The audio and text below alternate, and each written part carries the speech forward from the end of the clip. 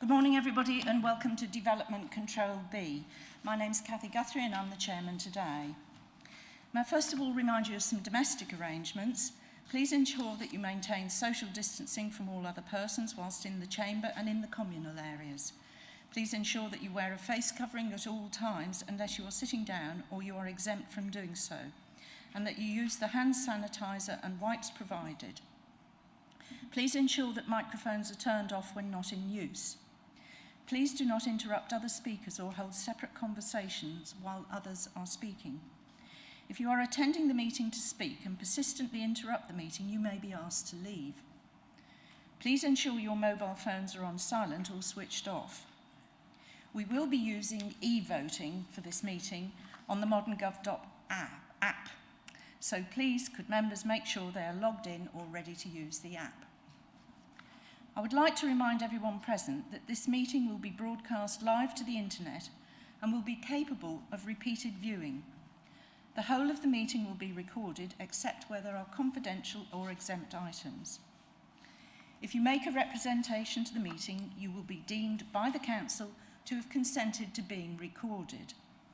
By entering this meeting as a speaker, you are also consented to being recorded by the Council and to possible use of those sound recordings for webcasting and or training purposes.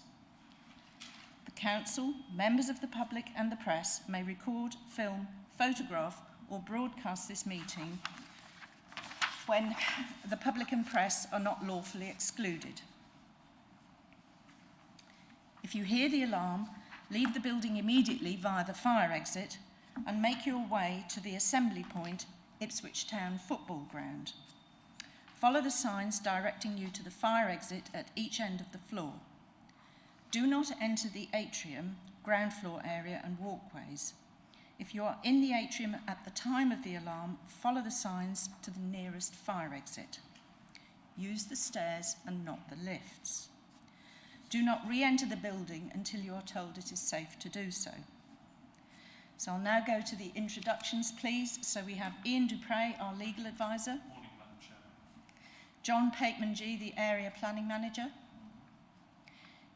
Gemma Walker, the area planning manager. Robert Carmichael, our governance officer. And we have case officers, Marsa, who's here. Bradley's not here just yet. Oh, I can't see you. There you are.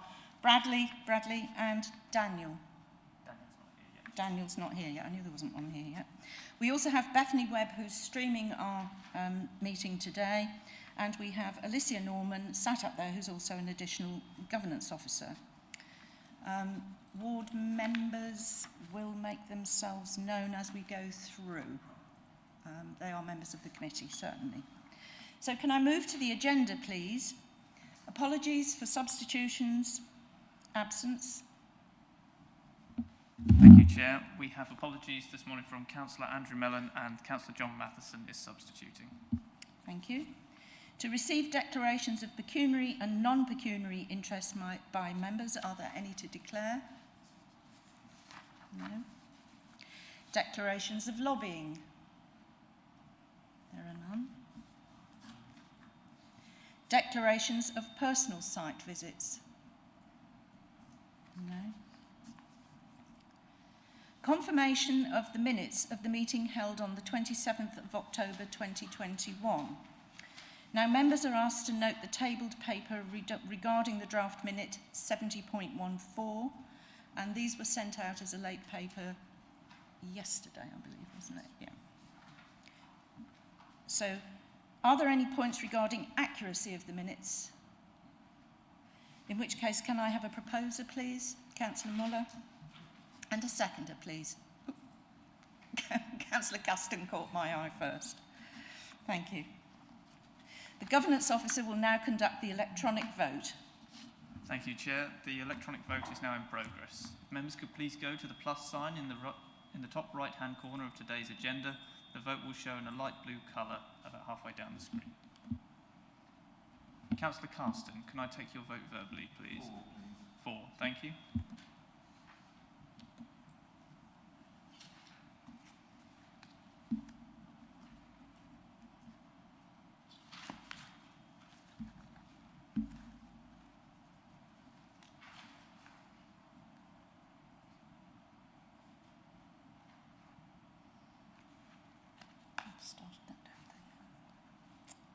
Apologies, Chair.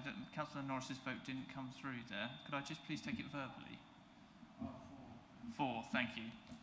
So, Chair, that means that there are 6 votes for and... Sorry, 7 votes for and 1 abstention. Thank you, Chair. So the minutes have been confirmed and they'll be signed during the meeting today. So may we have confirmation of... That's doubled up, isn't it? There's an additional amount. Yes, Chair, we have 2 sets of minutes. Yeah, we did, because we had 2 planning meetings in 1 week. I forget. So, SA 2116, confirmation of the minutes held on the 29th of October. So again, we had tabled papers, which have been brought to your attention. Are there any points of accuracy on those minutes, please? No? Right. Can I have a proposer, Councillor Muller, and a second? I'll take Councillor Stringer. So the Governance Officer will now conduct the electronic vote, please. Thank you, Chair. The vote is now in progress. If members again could please go to the top right-hand corner of their agenda and go to the plus sign and go to the subsection on attendance/voting, and there will show in a light blue colour.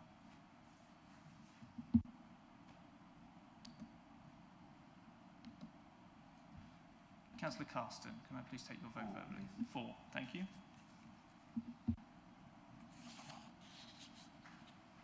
Thank you, Chair. All votes have now been received, and that is 6 votes for and 2 abstentions.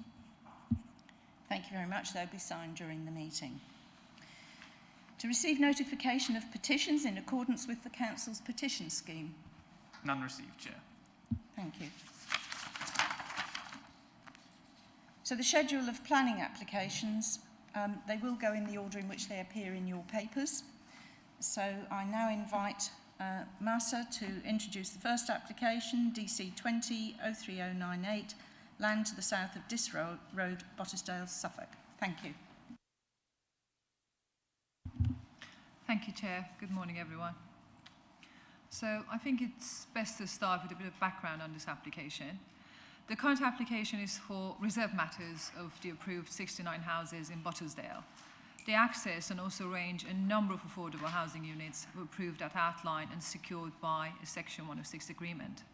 In July 2021, the item came in front of committee, but it was deferred to allow officers to ensure all plans match in detail, explore improvements to appearance, and for officers to provide analysis of design policy of the neighbourhood plan, namely design checklist. This is all included in your bundle for your attention.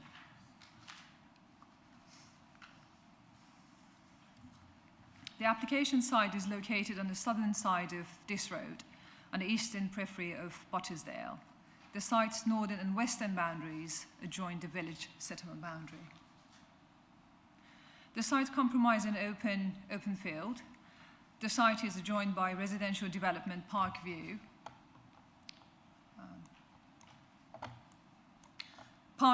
and Chapel Lane on the northern and western boundaries. The site is adjoined by agricultural land to the east and south, as you'll note.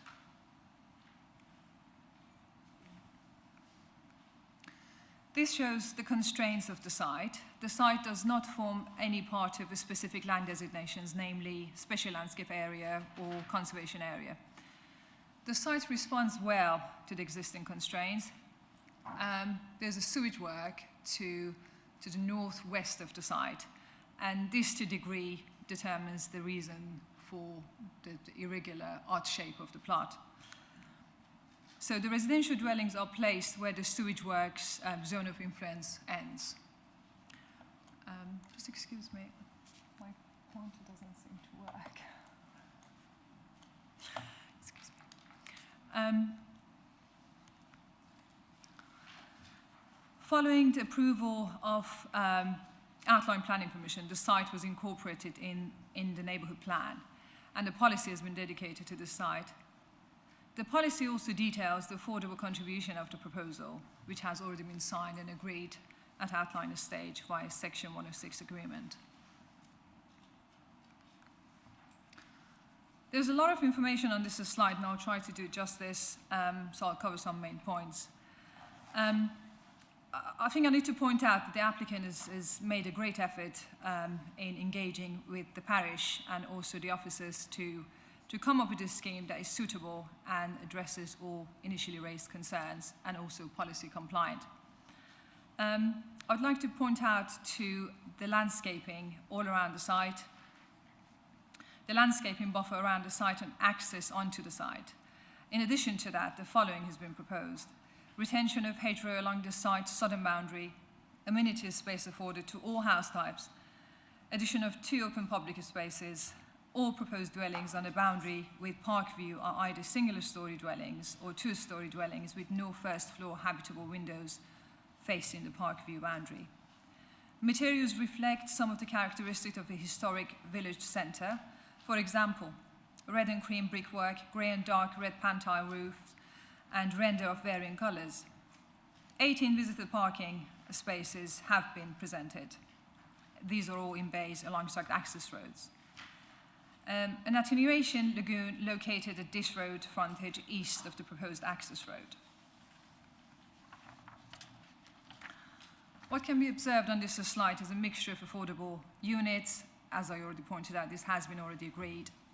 So the dots in black represent houses, affordable houses. The ones in red are flats, and there are 2 blue dots that represent 2 bungalows. Provision of a 3-metre wide pedestrian cycle access to Chapel Lane has also been presented to the western boundary. In addition, all new dwellings will have the means to securely store bicycles in garages or sheds. Proposed affordable housing mix is as agreed, as I said. So on this slide, you can see the market dwellings. And also you can see the traffic calming measures that have been introduced, and additional landscaping to protect the character of the countryside, where the development is most exposed. This slide shows a typical street scene upon the approach onto the development from the main access. We also have another street scene, elevational drawing. This is from the west of the site, looking onto the west of the site. And you can see, I think the black and white represent the affordable units. I also have some 3D illustrations of what's been proposed here. So most of the dwellings are detached and semi-detached, 2-story.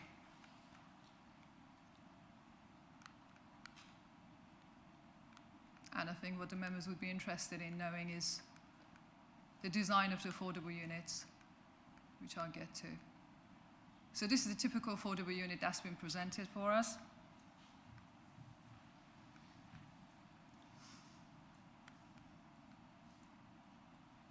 Some more detached dwellings. I also have some photos from the site. So this is a Google image, and you can see that it's on Chapel Lane, and the field is where the development would be. You can see some roofscapes of the bungalows in park views, and also this is a hard standing as is existing, but there's a small area of green space. Excuse me, just one moment, please.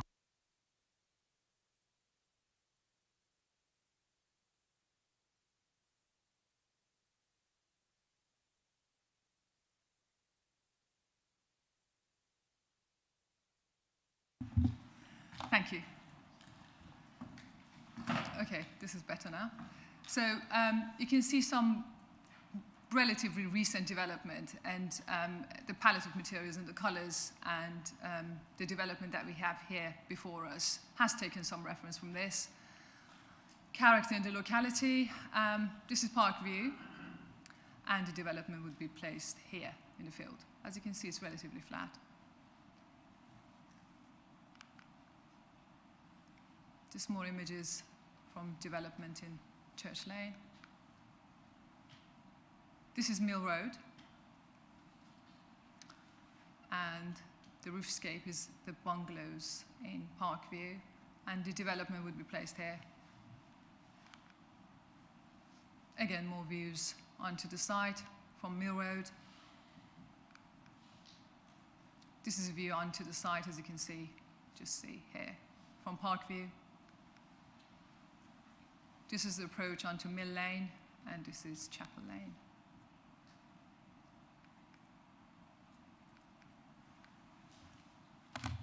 In conclusion, I need to point out that, as I said, the applicant has gone through a lot of effort and have engaged with the parish and worked with officers to achieve a suitable scheme that responds well to all policies, namely neighbourhood plan policies and the local development plan. Your officers have not identified any harm in terms of amenity, ecology, biodiversity, landscape, highways or heritage matters. The parking is policy compliant.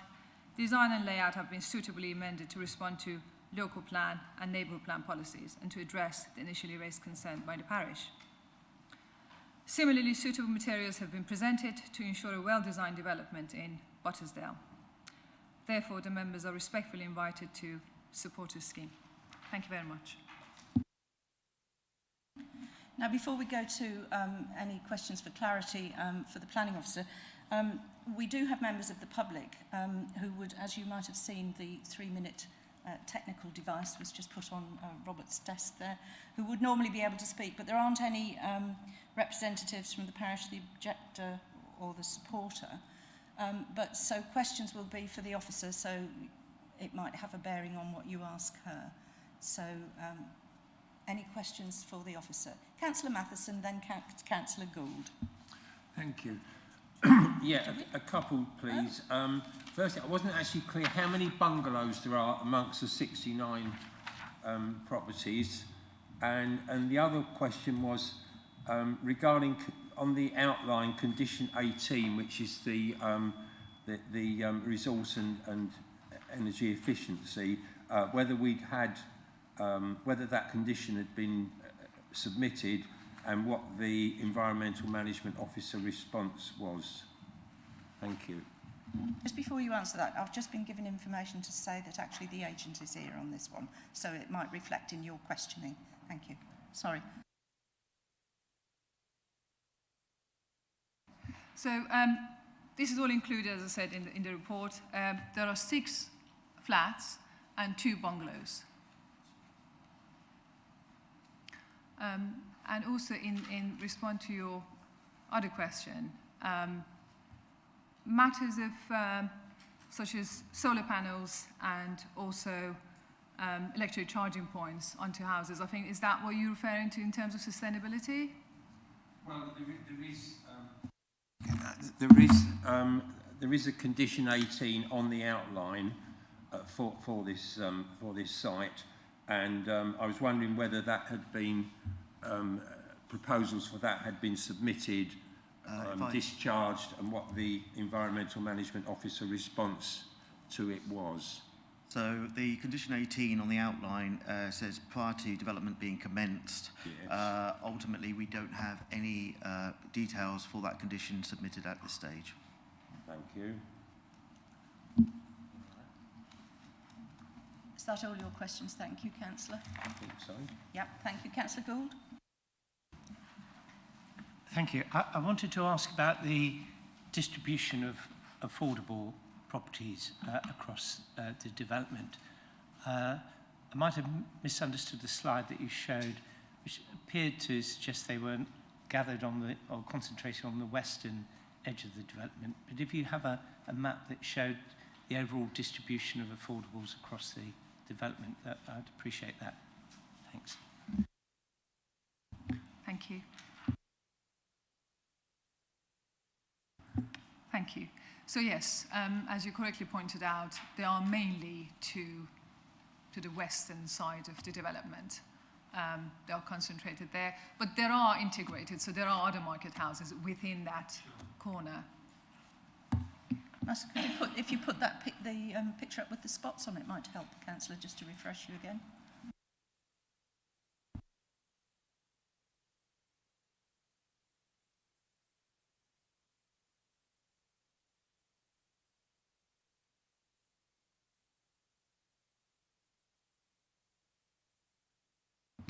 Sorry, we'll get there.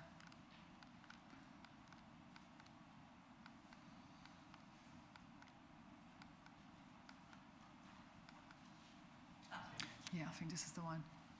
Yes. So the 2 blue dots are 2 bungalows, The red ones are the flats, and the black dots are just houses. Thank you. Councillor Norris, your question, please, for clarity.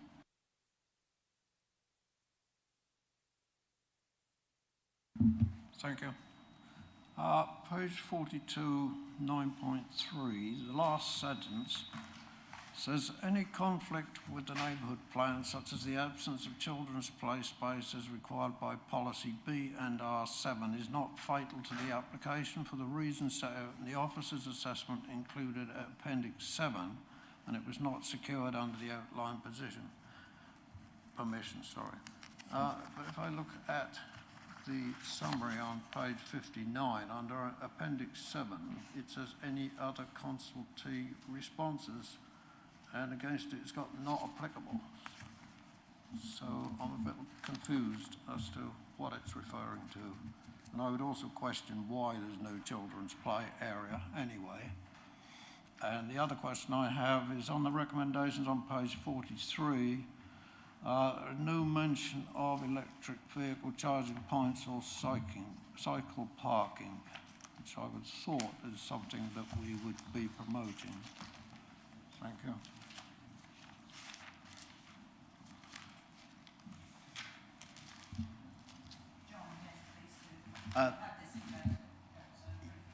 Yeah, so there's a few things there. I might have to come back to you on a couple of those. But in terms of the play area, it's a sequence of events.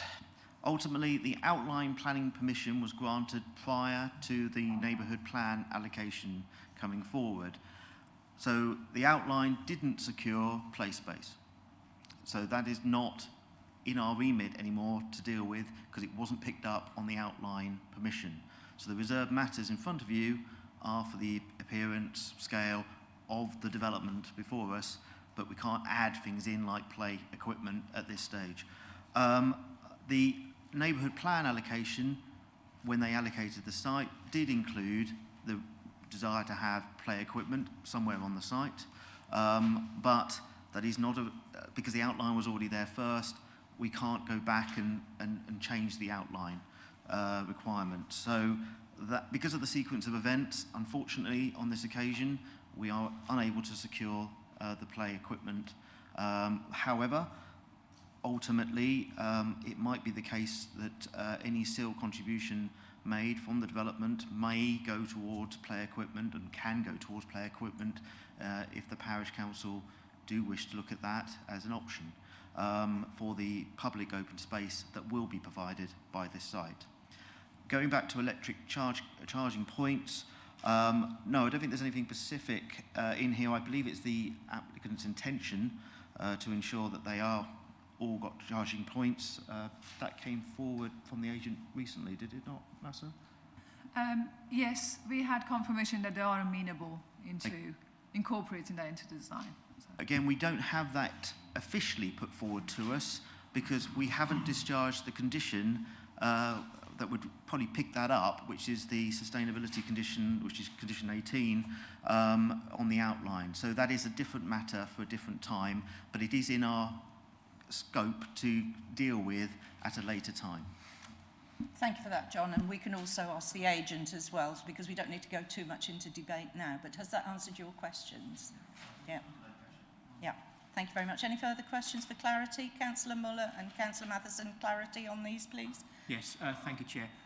Massa, could you please confirm one of the photographs of the CGI you showed had chimneys on the house? Can you please confirm that are these chimneys purely for decoration, or are they can they actually be used like for fire or whatever? Thank you. Unfortunately, I won't be able to confirm that. I think that's the question. We can ask the agent for that. Thank you. Yeah, I see we're being asked to discharge condition 12 as part of the of this actual application, which is to do with the water, Anglian water, and I wasn't clear that they've actually confirmed that they're happy with what's been put forward. I found that this page 67. But that's a year old, actually, that letter. And So I couldn't see that they'd actually signed off on that condition that we're being asked to sign off on. John again, yes, okay. Sorry. In terms of condition 12 and 13, both refer to surface water drainage, which would be picked up by Suffolk County Council's flood management team. I'm not aware of any objection from them on that regard. And of course, as part of this proposal, at the top of the site, you have that very large attenuation basin, which is part of that approval. Okay. Thank you very much. And as I say, apologies, I was only given the information late. I believe it's Mr. Adam Bell, the agent, can now come forward, please. Or you're there, beg your pardon. And you have 3 minutes on our technical device. Thank you. Okay, good morning, Chair, Councillors. I'm Adam Bell, Development Director at Bennett Homes. Our application was deferred at the Development Control Committee in July due to concern that the design policy of the Botesdale Parish Neighbourhood Plan had not been fully considered, and to provide time to explore improvements in the appearance of the scheme. Following this, we arranged to meet with representatives of Botesdale Parish Council to review the scheme. Various queries were raised, notably relating to the dominance of parking, landscaping concerns, overlooking of existing dwellings, and the visual impact of the development when viewed from Mill Road to the south. As a result of this meeting, our architect revised the scheme, making changes to the parking arrangements and reconfiguring the footpath from Chapel Lane to provide a more attractive route into the development. Dwellings were repositioned to avoid overlooking of the bungalows in Park View, and a mixed species buffer hedge has been incorporated along the southern boundary where the development is open to Mill Road. Additional planting has also been introduced throughout the development. The parish requested assurance that the characteristics of the village centre would be reflected in the choice of materials to be used, and as a result, a materials schedule has been produced. This includes plain, cream and red bricks and render and weatherboarding of varying colours. Roofs will be finished with either dark red or black pantiles. An additional street scene has also been produced at the request of Botesdale Parish Council. The planning officer for the application has produced an analysis of our layout and has concluded that it does address the requirements of the neighbourhood plan. I believe that our engagement with members of Botesdale Parish Council has led to the improvements in the design of the scheme, and I thank them for their involvement. I hope that the application can now be approved, and will be happy to answer any questions you have. Thank you very much indeed. Questions for the agent, please? Councillor Muller, thank you. Thank you. Could you just confirm, please, if any of the houses proposed will have chimneys, and if so, are these just basically for, are they going to be actually used as proper chimneys, or just for like general sort of, I think there are a few chimneys shown in places, but they are decorative rather than active. I think with the building regulation requirements, it's quite difficult to get an open fire to comply with the energy standards these days. Thank you very much. Thank you. Thank you. Any further questions for the agent? No? Councillor Stringer, yes, please. Thank you, Chair. Given that most of the environmental enhancements are going to be left to a condition that obviously won't be discussed in public, and I've looked to see if you've got an environmental policy yourselves as a company, and I couldn't find one. How will these homes be heated? The homes will be heated by air source heat pumps, so electricity, no gas. And we've also been in dialogue with MASA, and said that we would put some solar panels on some of the dwellings, and we've also agreed to put electric vehicle charging points on the dwellings. So. Thank you. Thank you very much indeed. If there are no more questions, thank you very much. In which case, I now open the item up for debate, please. Who'd like to start the debate? Anyone? Councillor Custon, thank you.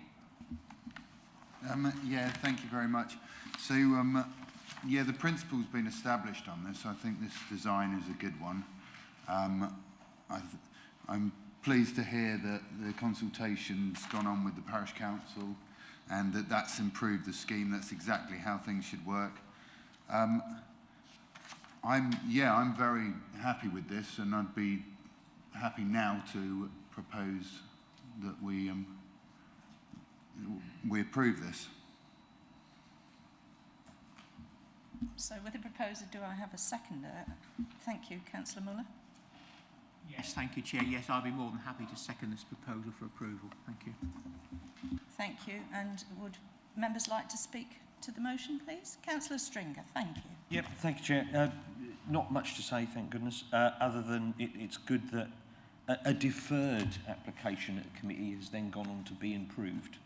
And perhaps that's perhaps a lesson for the future as to perhaps we can have the enhanced design before it hits the committee in the first place in future. One tiny little niggle is always with decorative chimneys, because why on earth they're in developments I absolutely don't know, because all they do is create a fault in the roof within the warranty period, because the warranty on the chimney is less than the roof tiles and the roof itself.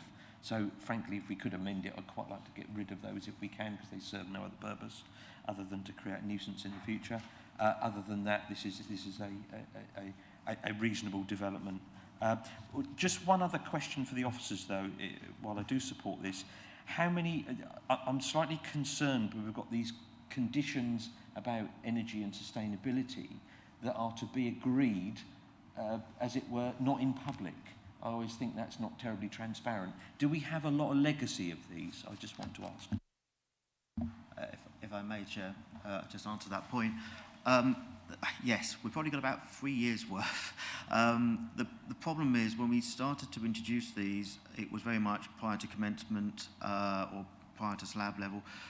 Ultimately, we have adjusted them in the last year to be concurrent with reserve matters, and I think Councillor Mattison was part of that discussion a year ago.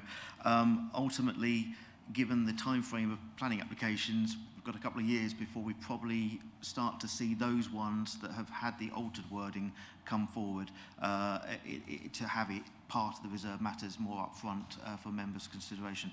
I can't do any more than that, I'm afraid, at this stage. I think we've had that conversation before, and it will keep cropping up, but if members can be mindful of it, it's one of those legacy things.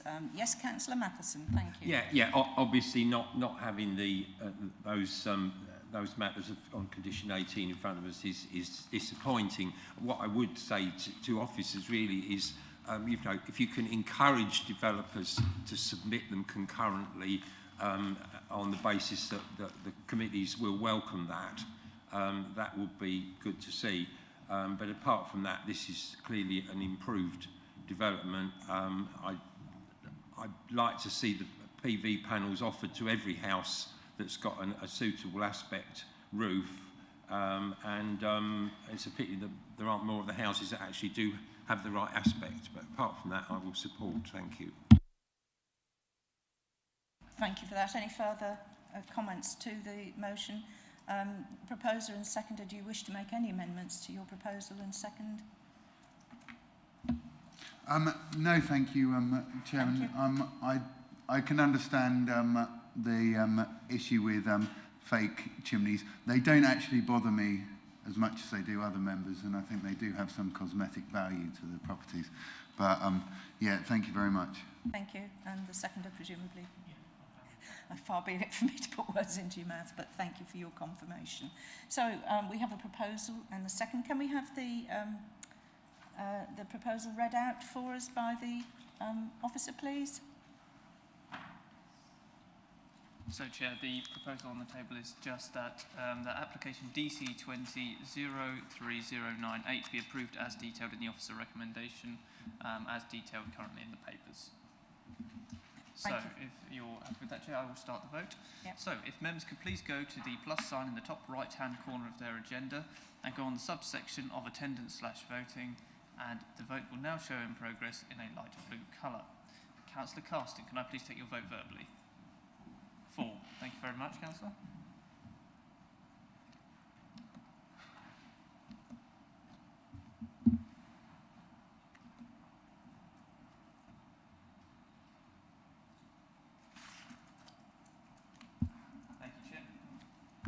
Thank you, Chair. All votes have now been received, and that is a unanimous vote for the proposal. Thank you very much indeed. I think that's one of the quickest applications we've had. So well done to everybody, but very good debate and good paperwork. So thank you, that helped us very much. So I think we can move on without a break at the moment. Thank you, yes, just wiping the table.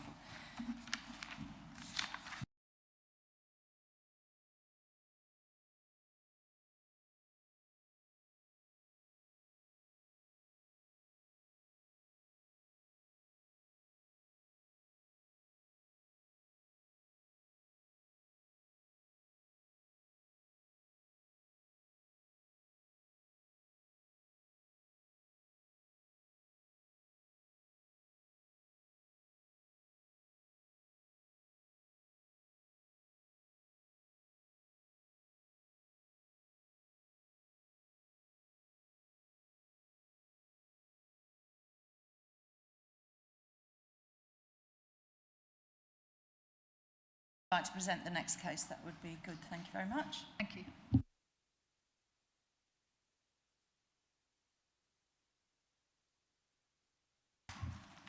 That is DC 21-393, Boundary Lodge Farm, Crackfield Lane, Laxfield. That's right, yes. So this application is for a replacement dwelling in Laxfield. This application site is situated in the remote part of the countryside with no immediate neighbours. This shows the wider context of the site. As you can see, it's surrounded by agricultural field. This shows the level of isolation of the site. It's a red line. The site is not part of any specific land designations, namely conservation area, special landscape area, or site of scientific interest. There are no protected landscape features within or within close proximity of the site, and there are no TPOs. The site is accessed onto a narrow country lane known as Crackfield Lane. The access is existing and will be utilised. This is a block plan showing the position and outline and footprint of the proposal. The application is accompanied by a supporting agricultural method statement, and the illustration highlights the planting of additional 19 specimen trees within the established residential curtilage and introducing a southern boundary hedgerow. The southern boundary is the only boundary that is exposed to the countryside.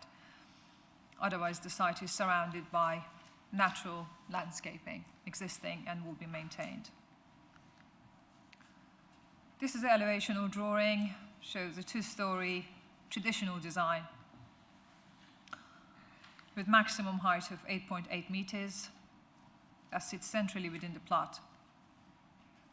The proposal also features a detached garage. Some more elevational drawings.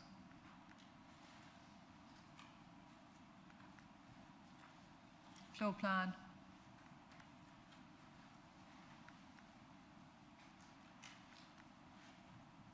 This is a detached garage. It's a typical two-bay detached garage.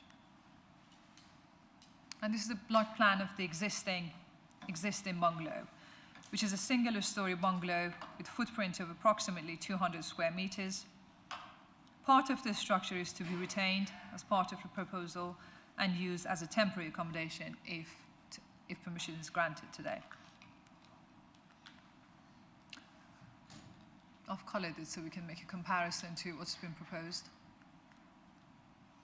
As you can see, in comparison, the replacement dwelling would be large, increase of approximately 50%.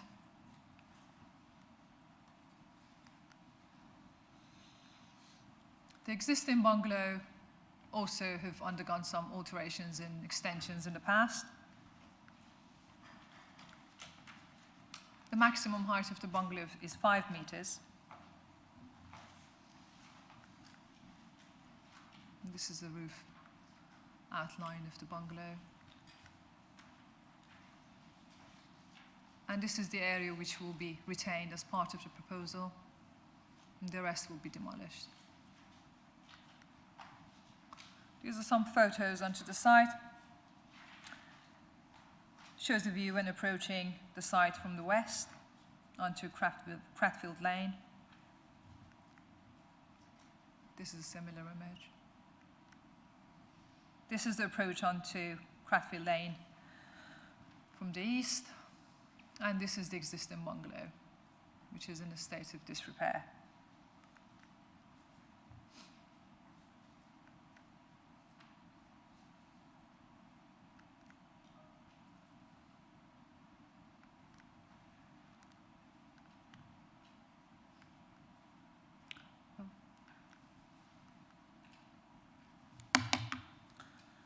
Your officers have not identified any issues in terms of ecology, biodiversity, highway safety, amenity, or landscape impact.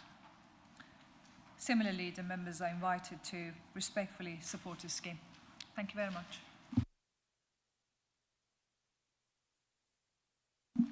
Thank you very much for that. Do we have questions for the planning officer from members? Can I just remind some members they may have seen typo errors that we have corrected. Councillor Stringer. Thank you, Chair. It mentions in the paperwork that this proposal is going to have 3 kilowatts of solar panels on it, which is actually quite a small scheme, but I can't see which roof it's on the plans. Also, it doesn't mention it, but there are glass balconies here, I believe, which aren't in the Suffolk Design Guide. But if you're designing glass balconies, they are bird killers because birds just hit them. And I don't see any details of what is called clarification, where you put etching on the glass so that birds don't get killed. I'm also there's obviously generous proportions of most of the rooms here, apart from the downstairs toilet in the main house, which is not wide enough for anyone with disabilities to access it. I'm just wondering if that's been taken into account. Thank you, Chair. Thank you, Nessa. Thank you. In terms of glass balcony, I mean, yes, we could introduce a condition, but it might be slightly excessive, but that's something that I can check with my manager to see if it is reasonable for us to include that condition. Can I just interrupt there, Nessa? I think the members are going to be voting on this, so we need to sort of get a decision today. Your manager, I believe, is there, so I think we need to sort it out so members have the full details. John? Yeah, we've had bird strike come up before, and we can condition the details of the glass to be designed in such a way that glass, the birds recognise that it's there, etched in some way, etc. I've not, if I'm honest, I've not seen any. We've put a condition on to seek details. I've not seen the result of that yet to see what that comes back to resolve that problem. We have done it, and we can do it. We can resolve that one by seeking further details to be agreed of the glass balconies. So, notwithstanding the details we have, we can seek that. I'm not sure about the solar panels, so if you're going to have to give me a minute to look those up, because that was one aspect, if they're on the elevations. As for the downstairs disabled toilet, we would normally revert to building regulations, but I don't know if they actually would cover that as a private house. So I don't know the answers to that question. I will check for the solar panels, and I'll come back to members shortly. Councillor Stringer, perhaps we can bring that point up in discussion and see what results our manager is going to come up with, but good points, thank you. Councillor Stringer, a question for Massa, was it? Not Councillor Stringer, Councillor Matheson, did you have a question? Yeah, I was rather looking ahead a bit, but I was wondering if we can have a condition regarding the lighting scheme to be agreed. That isn't actually on there at the moment. I didn't see or hear anything about that. Can you just ask a question rather than make a statement? We'll bring that up. Is there any provision at the moment regarding the lighting scheme?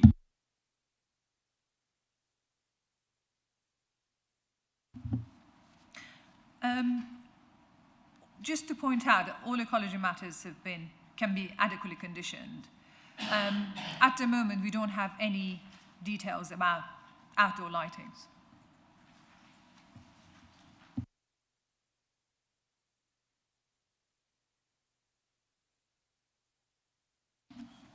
Yes, Councillor Walboys, a question there.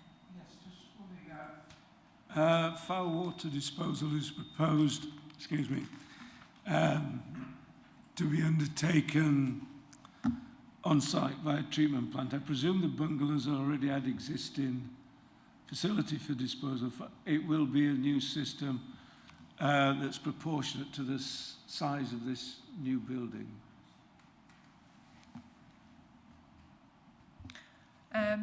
Just bear with me one moment while I check.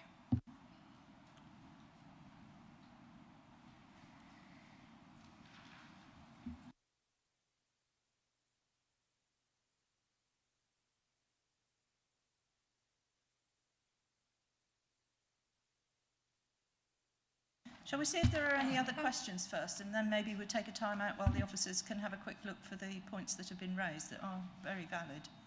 Any further questions for the officer? No. Then in that case, then can we just take a few moments' time out while the officers look into those points, please? So if you'd like to stop.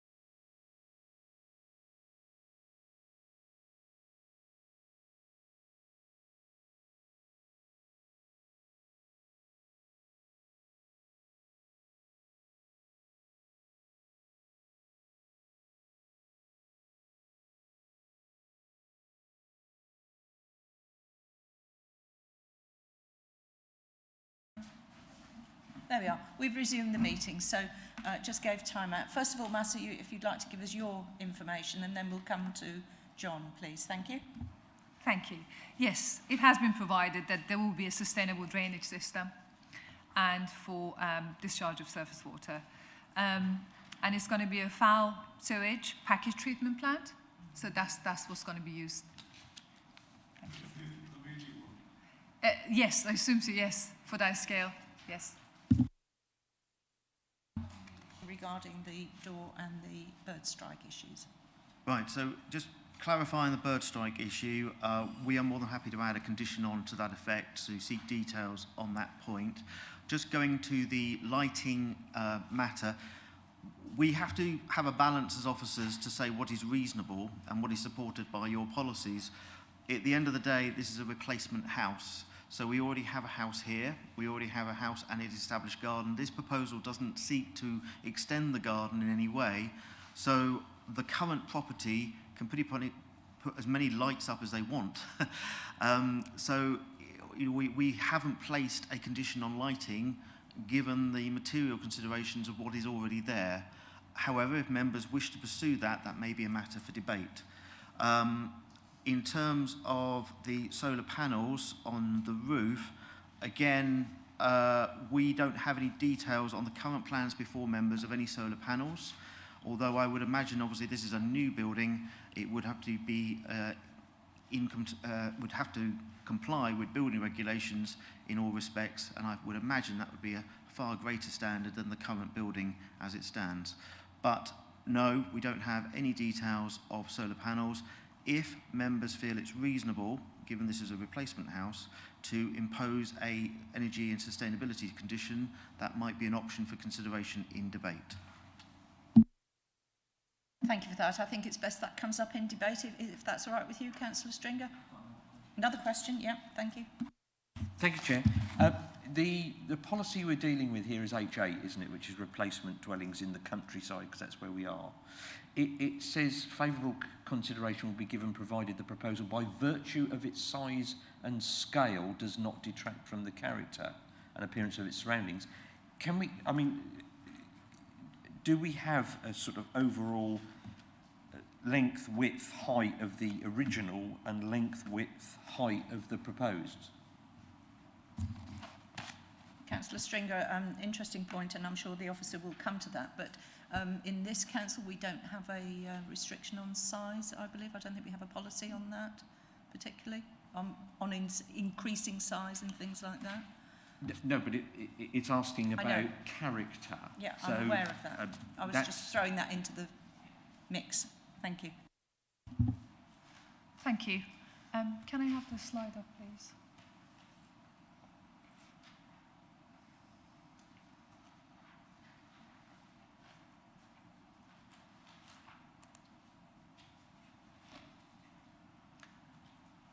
So the increase in height would be 3.8 metres from the existing 5 metres.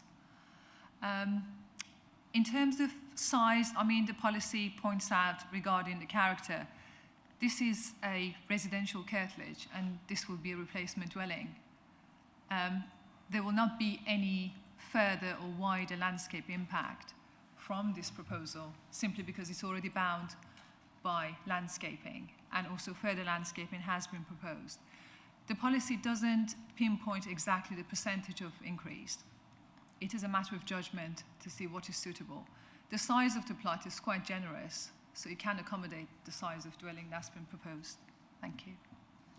Thank you. Any further questions for the officer? Thank you very much. I don't seem to have anybody else available to speak, or any tabled papers from ward member either. No. So may we now go to the debate? Who'd like to start that one out for us, please? Thank you very much. Councillor Matheson.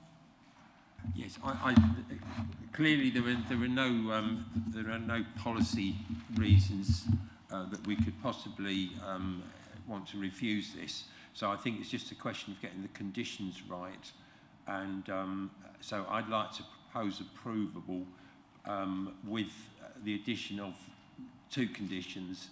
One, to require wildlife-friendly lighting scheme to be agreed, with particular reference to our recent motion regarding the colour and intensity of the lighting, and a second condition that we include an energy and sustainability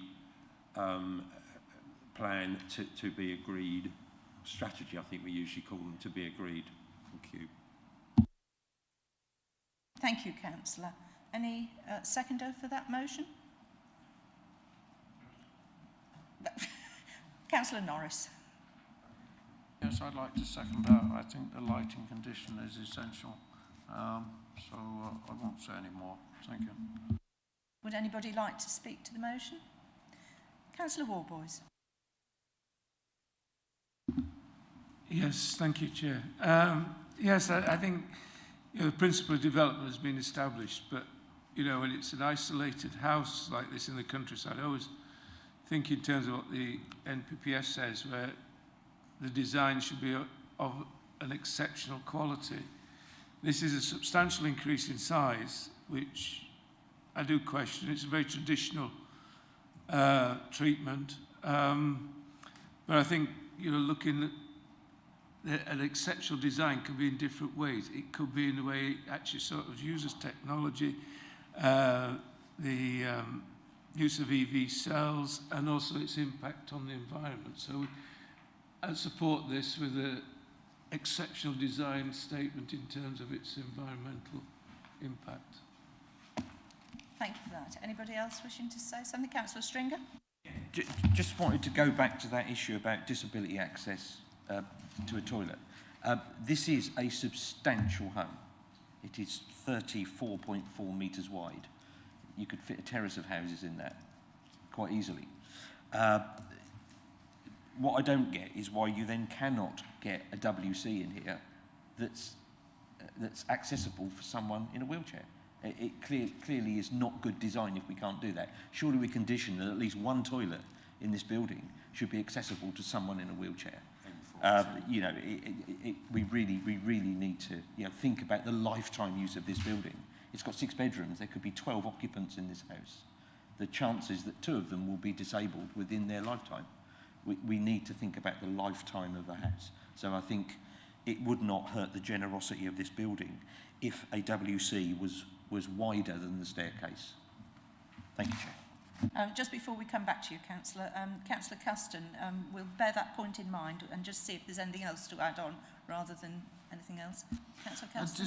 I just wanted to say I wasn't entirely sure that this wasn't suitable for a disabled person, this house, and I'd just like officers to clarify. Can you tell us? Because we've got a downstairs bedroom, we've got a wet room and a shower room. It seems very suitable for a disabled person to me, but I'd like to hear more about that. Can you just give us some more dimensions, please?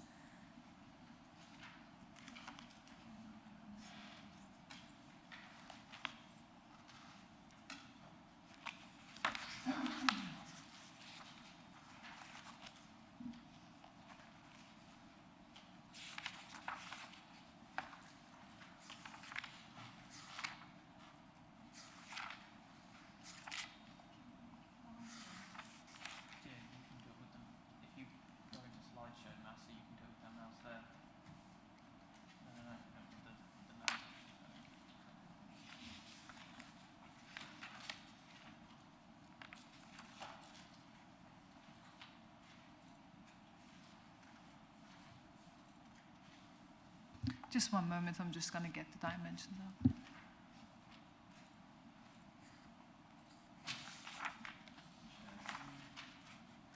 John? So at the moment we have a resolution to approve. We've got 2 conditions, but that didn't include bird strike, so I don't know if you wanted to add that. Ultimately, in terms of the downstairs facilities, on the ground floor plan, there is a WC. There's also an ensuite, and I saw a moment ago, I thought I saw a wet room. The wet room, to my mind, has a WC in it that looks potentially able to have wheelchair access, given the dimensions I can see on this screen. Equally, the internal fittings of showers, where your sofa goes and so on, would be a matter for the applicant ultimately. I have no problem with adding a condition that at least one downstairs provision should be suitable for disabled access. If members wish to add that, that would be no problem. Thank you for that. Can I just, before I come back to you, Councillor, Councillor Muller, you were going to say something before we start adding more conditions. Thank you. Yeah, thank you, Chair. Can I just have some clarification on the condition regarding the lighting, John, bearing in mind the comment you made earlier that in theory, because it's already an established property, that he could have as much lighting as he likes, which obviously we don't really want, because obviously we've got to consider the motion we did pass at full council earlier this month or last month. So can the clarification be that it has to be like sustainable lighting and not... Can I just mention there, Councillor, that what the comment was wildlife friendly? Yeah, that's what I'm thinking. So that would cover that, would it not? Yeah, thank you. In terms of justification, you're picking up on your duty to consider ecology and wildlife, and I would accept that on that basis, I think. Thank you. So, Councillor Matheson, coming back to you. Thank you for pointing out the balcony, glass balcony will be suitably marked to minimise bird strike. On the lighting, I had a look at the ecology submission from the consultee, and it doesn't actually mention lighting, so I would certainly want to include that in some way or other into the conditions. And I thought that perhaps the easiest way of dealing with the toilet issue that Councillor Stringer's raised would be to ask for M42 condition to be met, which would probably be met anyway by the other provision on the ground floor. that you pointed out. So we probably wouldn't need to, they would probably need to change anything, but that would be one way of adding it, if that's, is that all right, Mr. Pateman-G? I think we've got to be mindful of adding conditions, so long as we make sure that there is provision for. So are we happy with what we've got there? Are you happy with what's been discussed and debated to add on to the extras? Can you add that on, or do you need clarity of what we need, please? Right, so at the moment I've got 4 conditions down. One is a condition for lighting, or any lighting, external lighting, to be agreed with the consideration of wildlife friendly. Sustainable and energy strategy condition to be agreed. Notwithstanding details of the balcony, the design shall be agreed to avoid the likelihood of bird strike. And lastly, in terms of downstairs provision for a disabled WC shall be provided.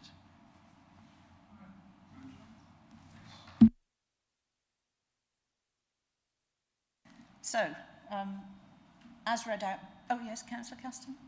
Sorry, that condition was for a disabled WC, but wasn't... Yeah, I think access needs to be added. Thank you. So, as read out by our officer, we have a proposal and a seconder. Can we go to the vote, please? Thank you, Chair. And just for clarity, so the proposal that members will be voting on is that application DC 21030998 be approved as detailed in the officer recommendation with the additional conditions that have just been read out by Mr. Pateman-G. So, members, the vote is now in progress. If you could please go to the plus sign in the top right-hand corner of the agenda and go on the subsection of attendance/voting. From there, the vote will show in a light blue colour. Councillor Carston, can I please take your vote verbally? 4. Thank you.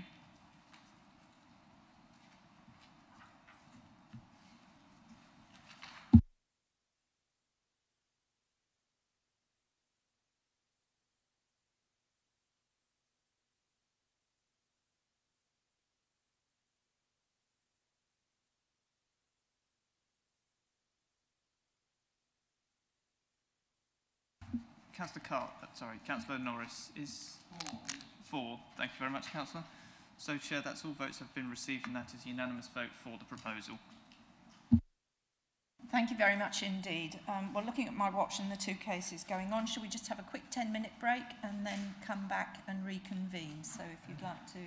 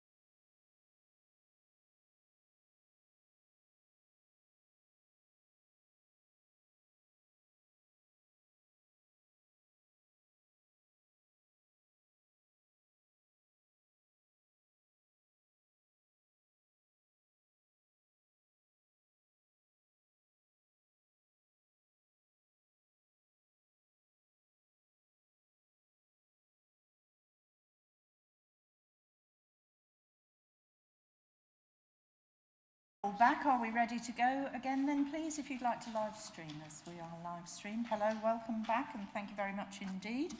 So we now move on to the next item, DC 21-04099, land at Iairfield, and I will invite Bradley Heffer to introduce the item, please. Thank you. Thank you, Chair. Good morning, members, ladies and gentlemen. This item on the agenda requests members' decision on a full application for a warehouse and associated office facility on the site at I Industrial Estate.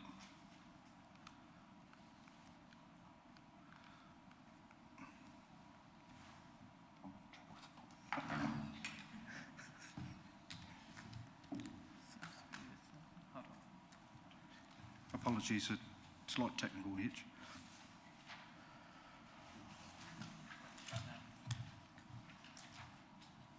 Thank you. This slide is an aerial view of the former airfield site, which has since been utilised as an industrial estate for a significant period. The application site is the area shown hatched. This is a wider area view of the industrial estate, and just to point out, on the plan you can see the line of the A140 trunk road running along the left-hand side, and the other side of the road, the other side you've got the B1077 road, which basically those two roads enclose the whole area of the industrial estate. And again, you can see on the plan the location of the application site we're talking about today. This is a site location plan at various scales. I think it's useful because it does also show the surrounding form of development in terms of floor plate, the size of buildings in the vicinity, which we feel is an important consideration, bearing in mind the use that's proposed and also the context of the site in which it would be located. The constraints map, as you can see, there's not many constraints. In fact, there's only one identified, which is the line of a footpath, which is shown the dotted green line to the north. The site for this proposal does not impact on the line of that footpath. This is the site layout. You'll see the building that's proposed, the main element of which would be for the storage, warehouse distribution use. The part you can see here is a projecting area for taking on and delivering goods and services, which is covered. This element of the building is the associated office use. The access to the site is shown as well. The green long spaces you can see are the lorry parking spaces, and the blue spaces are car parking spaces. There's additional car parking shown at the rear, which would be accessed up this side of the building. I think it's also important at this point to mention that if you've had a chance to look at my report, the site is in flood zone 1, so it's not subject to fluvial flooding, but it is in a pluvial flooding area, so it's subject to significant pluvial flooding events. The area that is covered by the pluvial flooding is approximately this area of the site here. So in a highly unusual 1 in 1,000 event in 1 year, the extent of water would actually impact into the building itself. And in the 1 in 30 event, which is the most likely event, the impact would be less severe. It would be around this area. But I think it's clear, it's important to make clear that this has been part of the consideration of this planning application. And as I've said in my report, we've undertaken the sequential and exceptions test, which is necessary in these sorts of situations, and officers are content that this is the most suitable and available and suitable site for this particular use, notwithstanding the pluvial impact, or sorry, pluvial flooding issue that has been identified. So that has been fully considered as part of this application. This is an elevational drawing of the office element of the building, which you can see is functional to take account of the overall design approach that's taken with this type of building on an industrial estate. That's the floor plate of the large warehouse area, the main area, and the covered delivery and loading area, which I mentioned earlier, and there's the office building. In terms of elevations for the main building, as you'd expect, it's a fairly simple structure, slack pitch roof, single span, clad in metal, steel frame. And I think that the scheme is proposed to be utilising 2 shades of grey metal sheeting with a contrasting metal sheeting on the office element. This is a plan showing the existing site sections, the green dotted line that you can see in the plan there. Basically, these sections run AA, BB, CC and DD as they're shown on your plans. So AA, for example, is the top section there, which gives you an idea of the land level at the moment on that particular point.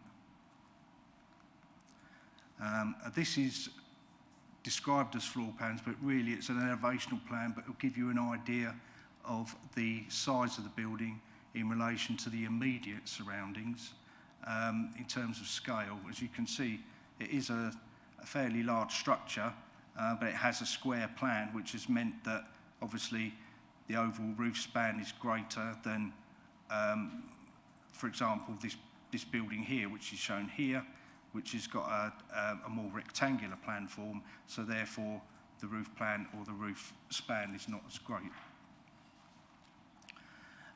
This is a useful plan because it indicates, or it shows, I don't know, it shows where other sites that are operated by the applicant company are.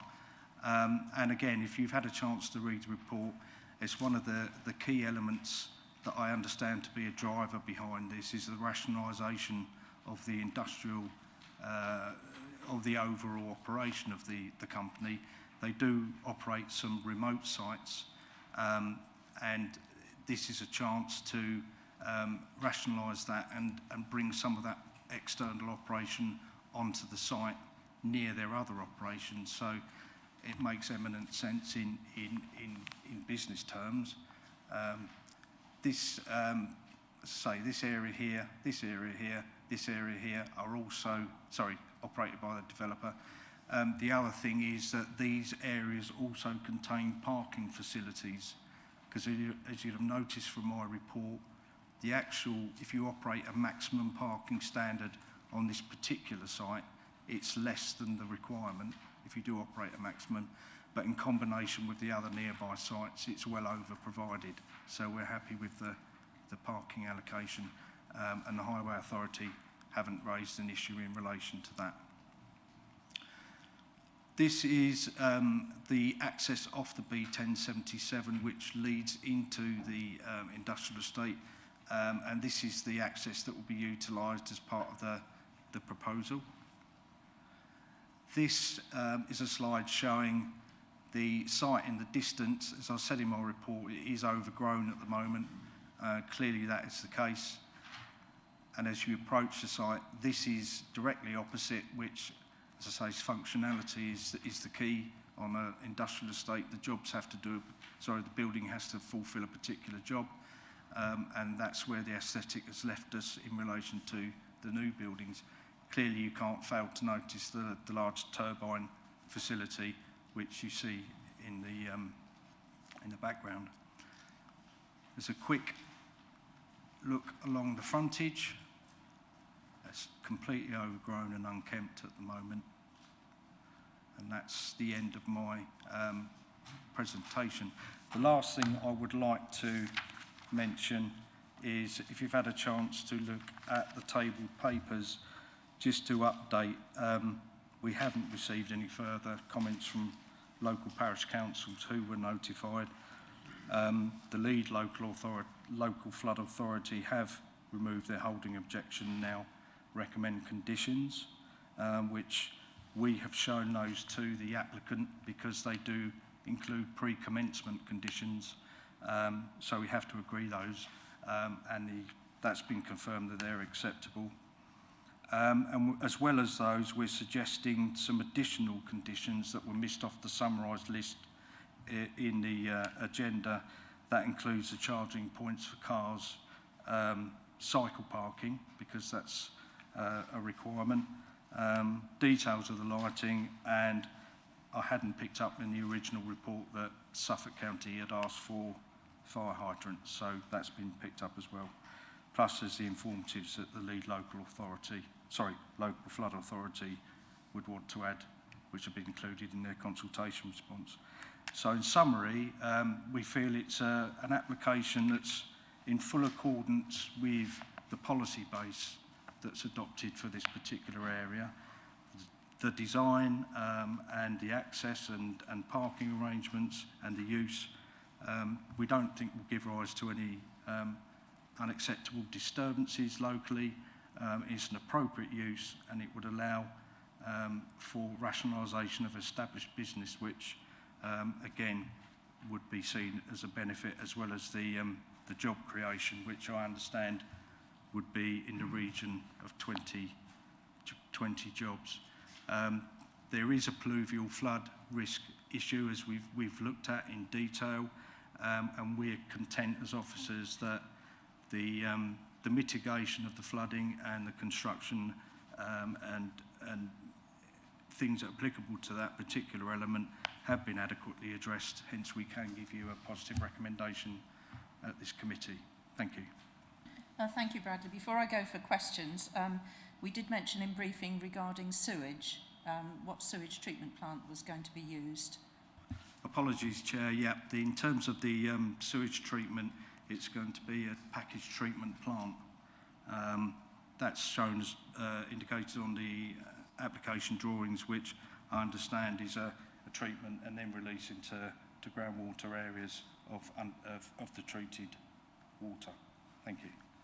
Thank you. And also, you've just mentioned the additional conditions, so they are already, if you like, not set in stone, but they are already available for members to add on to what we've already got. That's correct. Yeah, good. Okay. So does anyone have any further questions? Councillor Gould? Yeah, exactly now, the point. Hang on. I was just going to make a point of clarification, but as discussed with you, but if you want to do that, may be more appropriate. Please do it yourself. Okay. Thanks. Just for the clarification of the committee, I am, as you know, the ward councillor here, but as discussed and agreed with the chair, because I'm not going to make any representation on this item, been in support of it, as is the town council, which hasn't made any objection to it. I would sought the chair's leave to stay where I am here rather than move elsewhere, and I hope that's still acceptable, Madam Chair. Yes, indeed, if you just stay where you are, because obviously cleaning desks and everything, so you'll take no part in this. I did see a hand up. It was Councillor Stringer and then Councillor Warboys, please. Thank you very much. Thank you, Chair. You mentioned the policy base. Page 187, 188. Is Core Strategy 2008 CS3 still a current policy?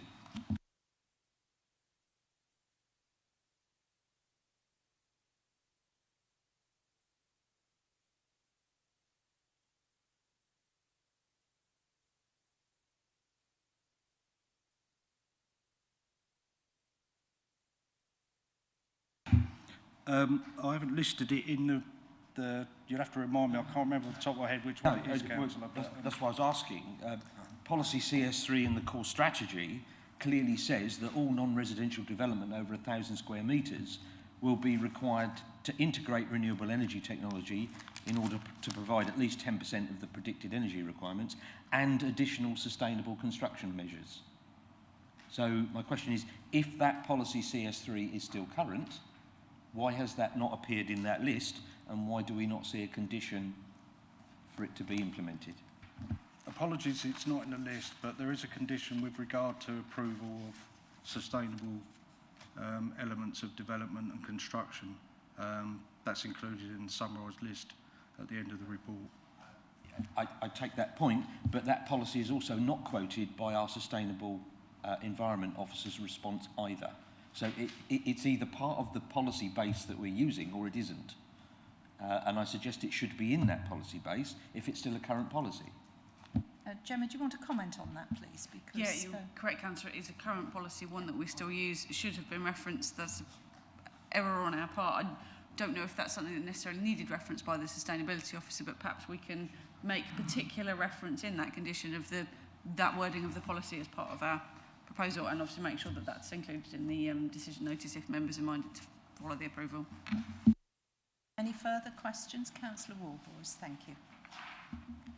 Thank you, Chair. Yes, it's to do with the flooding situation, the water disposal, which you referred to already. But the next, and I wasn't really worried about it until I read the next application, where there's a detailed report from the Waveney, Lower Yarra, Luthingland Drainage Board, which talks about sustainable drainage systems and, you know, attenuation of the discharge from the site, in particular as the sort of sewage treatment plant is going to go into the drainage system after treatment. I just wondered how that tied in with what you've already told us about the flooding risk. Thank you, Councillor. The issue in relation to my one was we had a holding objection from the lead local flood authority, which we've been looking at in terms of the sequential and exceptions test. That's been taken back to the LLFA, and on the basis of their findings and discussions with them, they are now happy to recommend an approval subject to imposition of various conditions. And the conditions include strategy for the disposal of surface water, for example, and implementation and maintenance and management of the strategy of disposal of surface water. So I think, just trying to summarise briefly, what they're asking is that, notwithstanding if you were minded to accept the approval, the recommendation, there's another step in relation to dealing with the details of the sustainable drainage, surface water drainage system that would need to go through that further check with them. I'd picked up that we hadn't consulted the drainage board on our one, but I think as an officer I'm content that the advice I'm giving you in relation to surface water drainage is, you know, sufficient in order for me to feel comfortable giving you that recommendation. I see. So there'll be compliance with the drainage board's recommendations at the future. Thank you. Thank you for that, Bradley. Any further questions? No? Oh, Councillor Matheson, yes? Thank you. Yeah, is the land immediately to the north in the same ownership, or is that not open to us in any way? Am I right, it's already developed? Is that the one where there's a gap in the... There is a useful plan. I can hopefully if I get the presentation up again, I'll show you. Various blue lines around the bits that they were operating with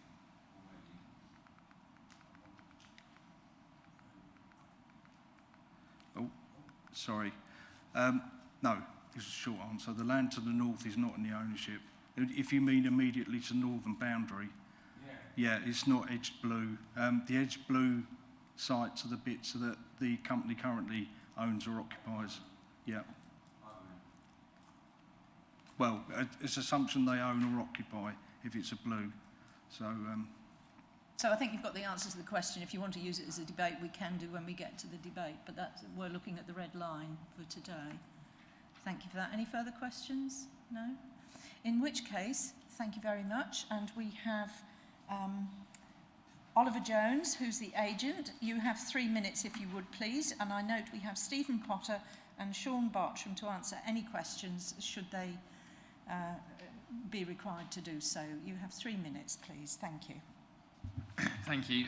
Yeah, I'm Oliver from Plandersill. I'm the agent for the application, and the directors of Bartram's with me as well.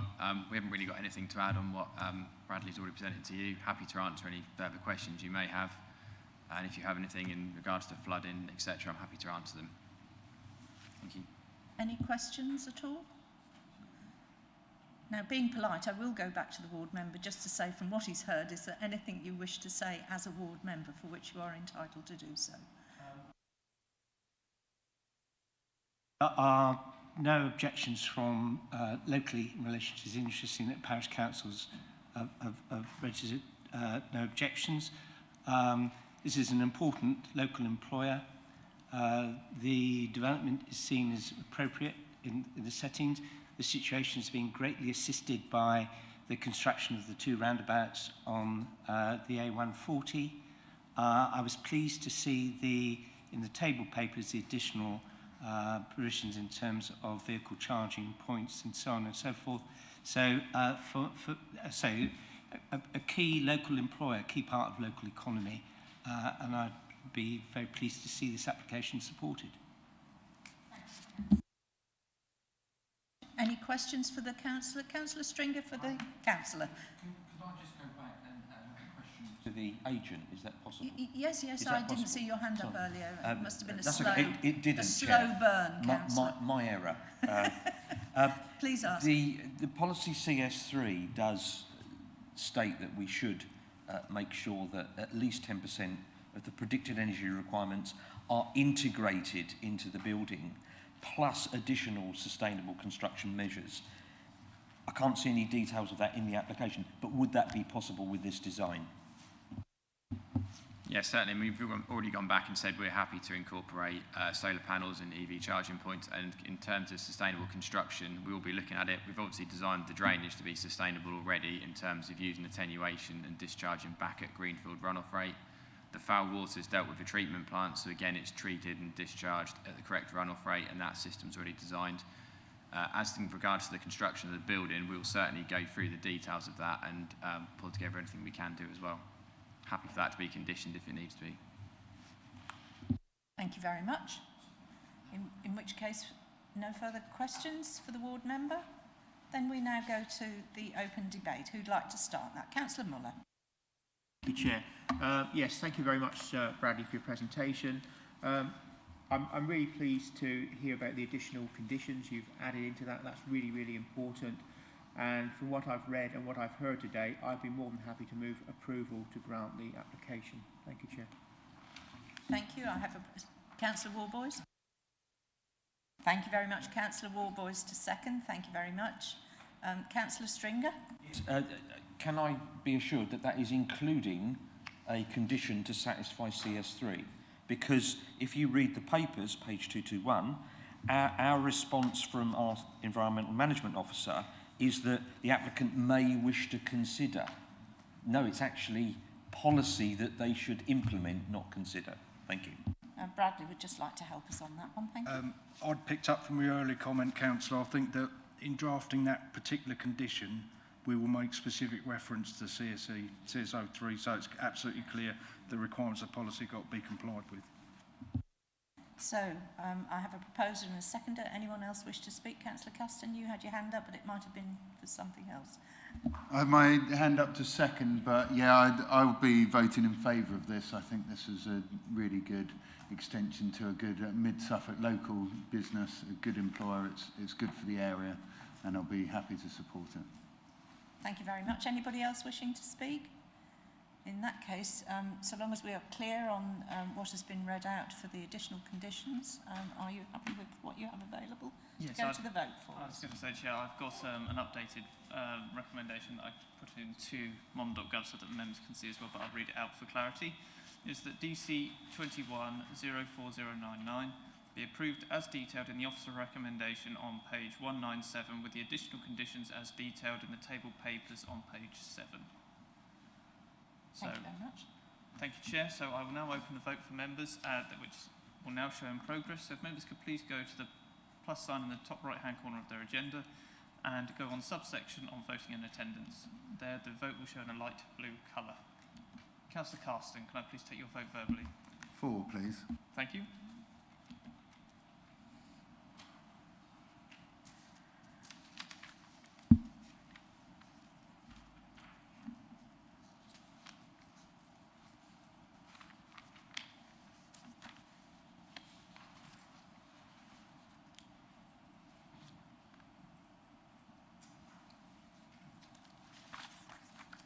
Chair, there's just a point that I would just need to clarify, because Councillor Gould has voted as an abstention. No, not at all, I'm afraid. That's quite all right, Councillor. What I would suggest then, Chair, we'll redo it. Was to redo the vote, so just so that all parties are clear and that we are. Apologies. Right, so if you bear with me 2 moments, Chair, I will just rerun the vote. So, the vote is now in progress again. Councillor Castle, can I please take 4? Thank you.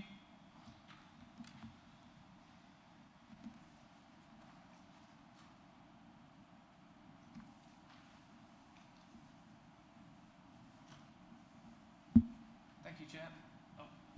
Thank you, Chair. All votes have now been received, and that is a unanimous vote for the proposal, noting that Councillor Gould has not voted on as the ward member. Thank you. Thank you very much indeed. So we now move on to the application DC 2104697, which is also land on Iairfield, Ipswich Road I, and it's Case Officer Daniel Cameron. If you'd like to introduce this matter, please. Thank you very much indeed.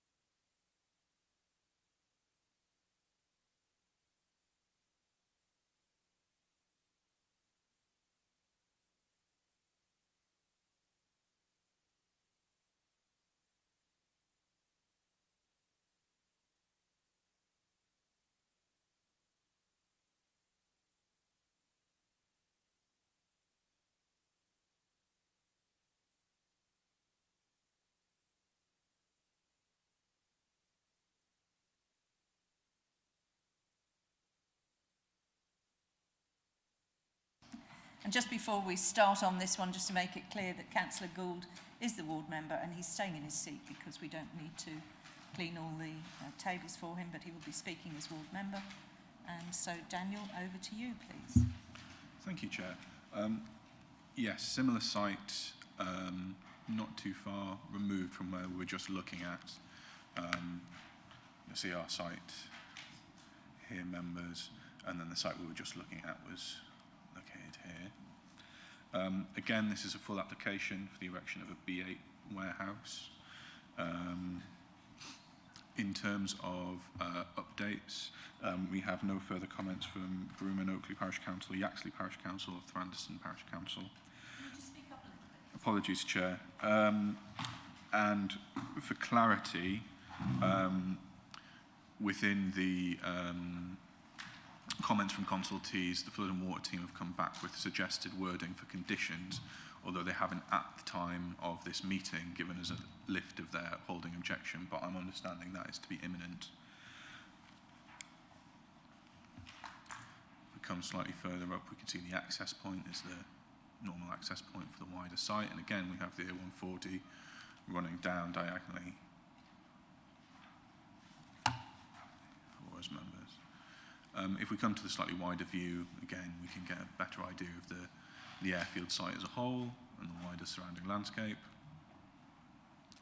And then if we come here, we have the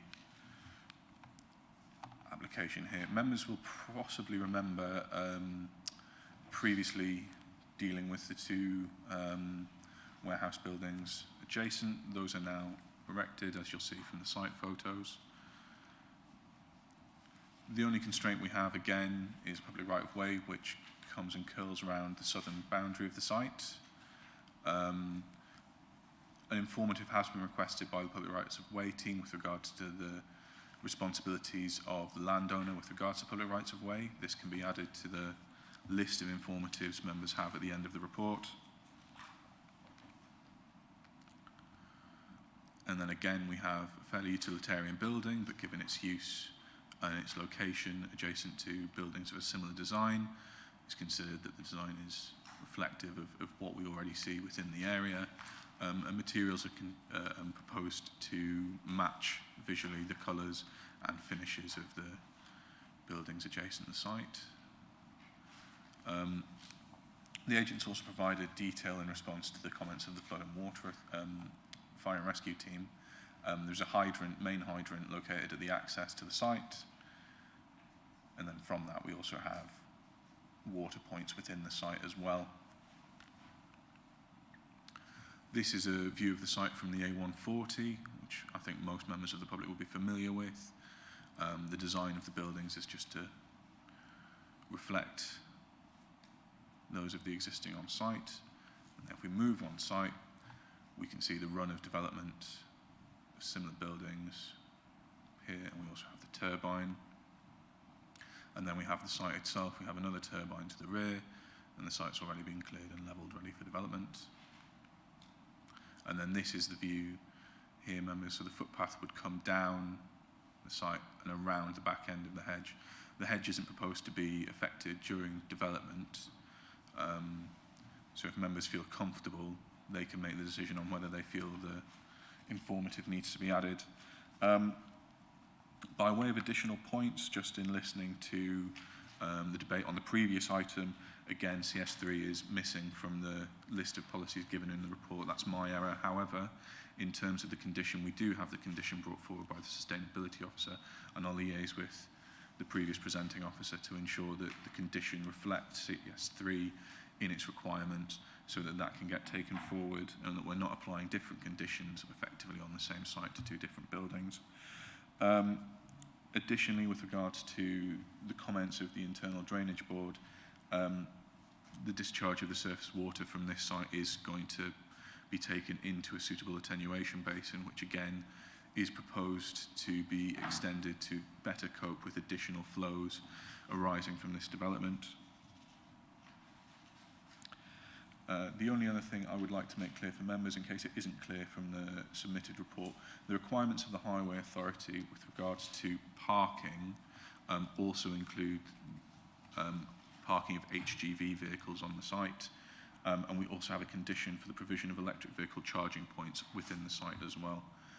There's nothing further to add, and we're at the end of the presentation, members, so I'll turn back to yourselves if you have any questions based on the report. Thank you for that. Members, any questions for the officer? Councillor Warboys, thank you.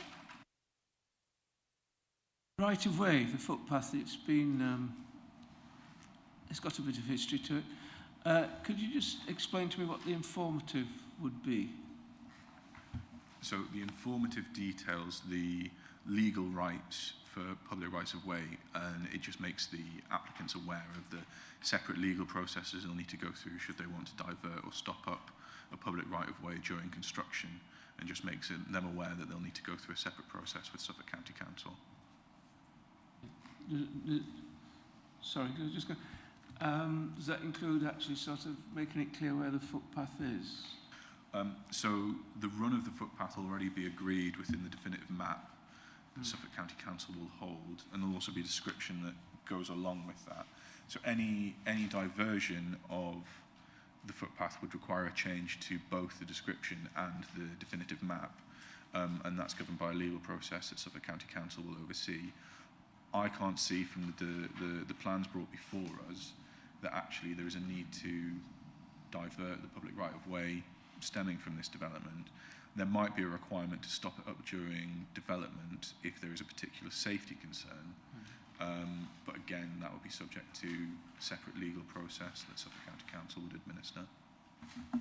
Thank you.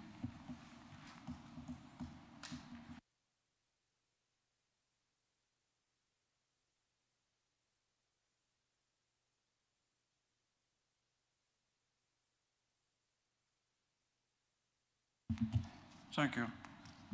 Page 246, paragraph 9.2, mentions recommended conditions from the Environmental Health Officer, including controls over hours of operation. In the list of recommendations on page 247, it mentions controls during building and limit to construction hours of work further down, but I don't see anything about hours of operation. And the other question I have is on page 257. Suffolk Fire and Rescue Service in red text emphasise a condition is required for fire hydrants. I don't see that either. Thank you. So with regards to the hours condition, that's likely my mistake in drafting the report. So yes, one of those should be a condition to control the hours of operation for the building. With regards to the hydrants, it was felt that the building was sufficiently close within fire and rescue requirements such that we didn't need to impose a condition to require an additional hydrant on the site. The site's already close to the attenuation basin which will provide water, and the hydrant location at the access to the site, as well as 2 other water points within the site as well. So it wasn't wholly deemed necessary by officers to impose. Members may want to take a different view, and we could impose that as part of the resolution should members wish to approve the application.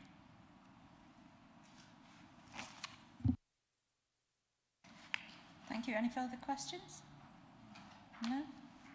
Well, I don't seem to have anybody else except our ward member.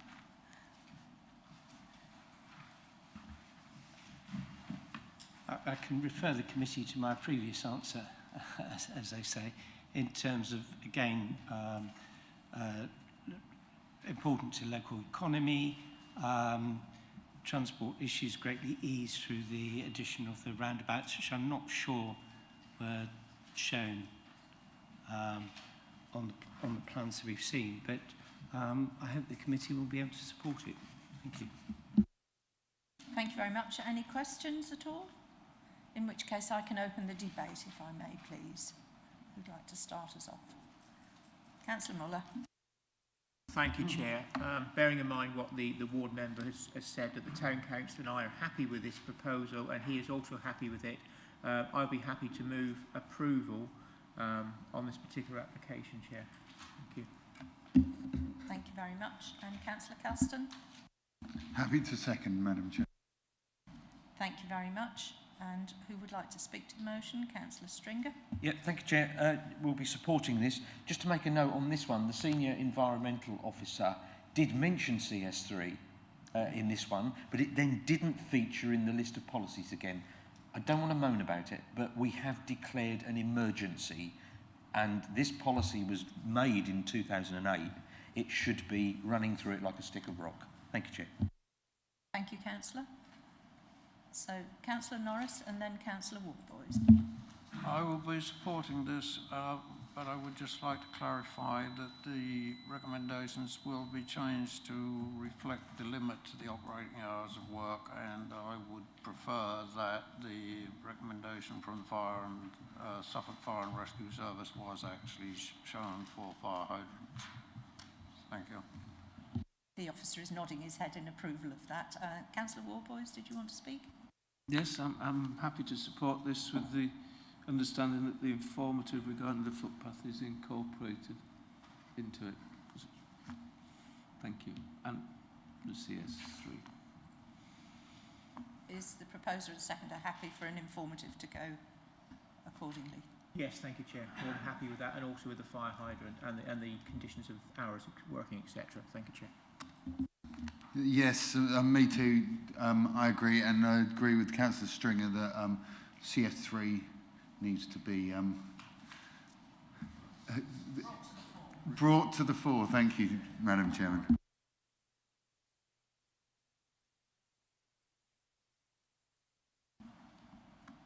The omission. Right, so if we can go to a vote then, please. Robert, can you Chair, start? I just need to clarify, if I could just clarify with my colleague Gemma Walker regarding conditions, just so that we make sure we've captured all of them. Yeah, just what I was going to ask. Thanks, Rob. So I've got the approval as recommendation on page 247 with an additional fire hydrant condition and an informative note regarding the public rights of way. What I haven't added on is any condition on the construction, because we've got both control of hours of work for building and limit to construction hours of work, so they are both already bullet points in there. Was that the concern of members, or was there something else for that query? Lovely.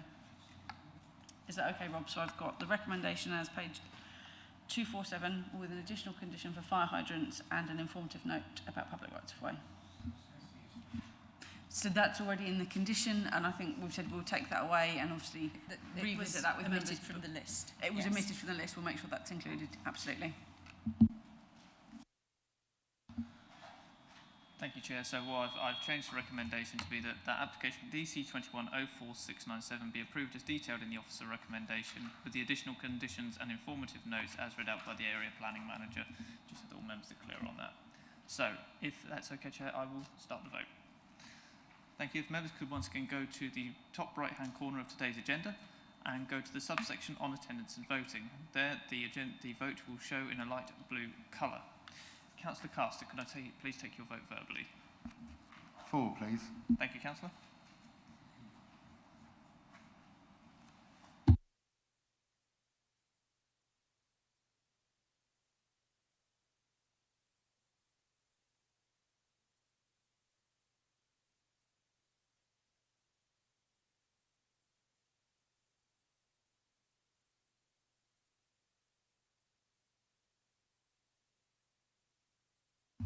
Thank you, Chair. All votes have now been received. Just to note as well, again, as this application is in Councillor Gould's ward, he is unable to vote, but there's a unanimous vote for the proposal. Lovely, thank you very much indeed. Well, we're playing musical chairs again now without moving.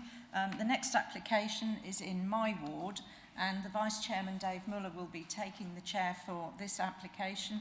I will be able to speak, but obviously not vote. Councillor Muller, over to you to take the chair. Thank you very much,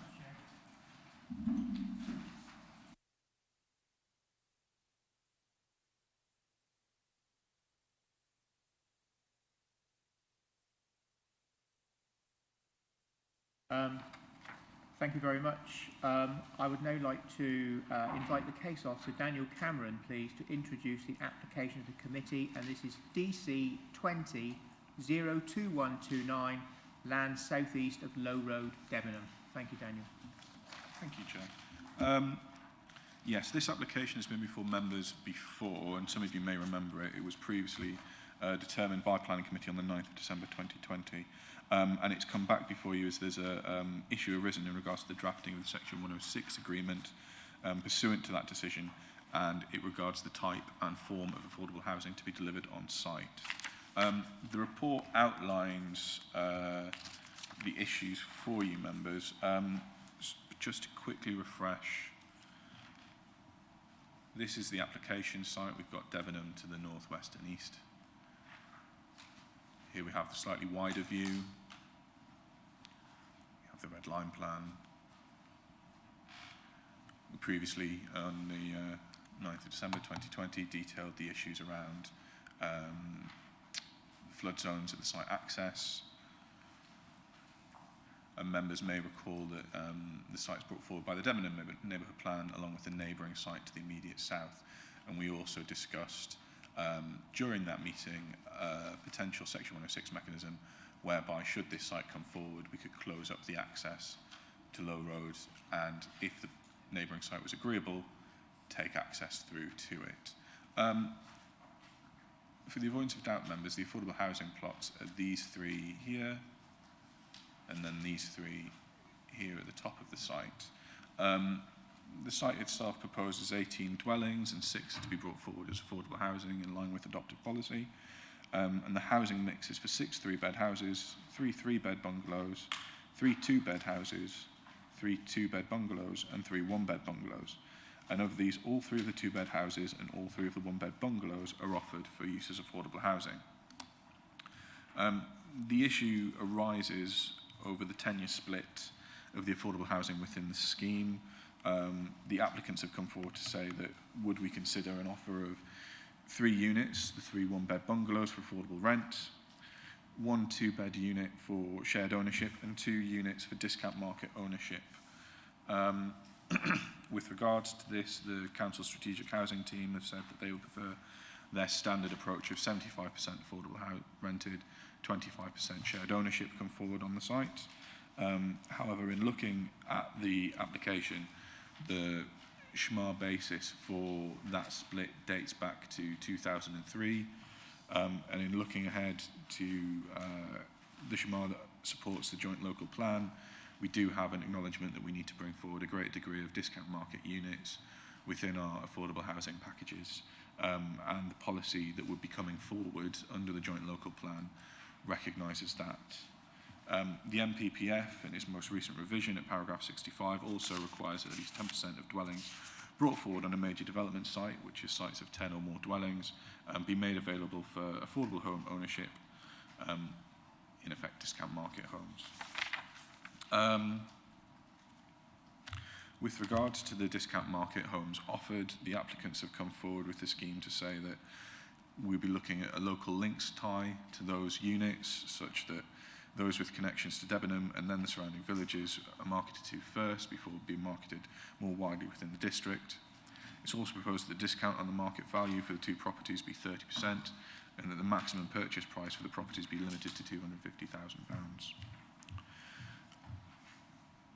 The strategic housing team's mix, preferred mix, ignores the requirements of paragraph 65, but is reflective of our standard requirements. However, it is not reflective of where the underlying evidence from the SHMA shows us we need to be going, and it is not reflective of the emergent policy within the joint local plan.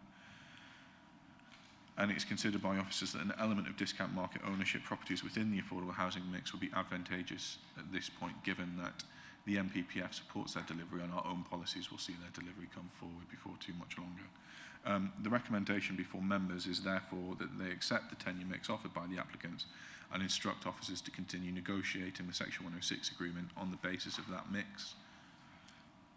However, I'll turn over to members for any questions stemming from the report and allow them to move into their debate. Thank you very much, Daniel. Do members have any questions? Councillor Matheson, please. Yes, just one. Did we not get any current response from the strategic housing saying that yes, they agreed with officers or not? Their preferences at the 75-25 split continue to be applied to this site.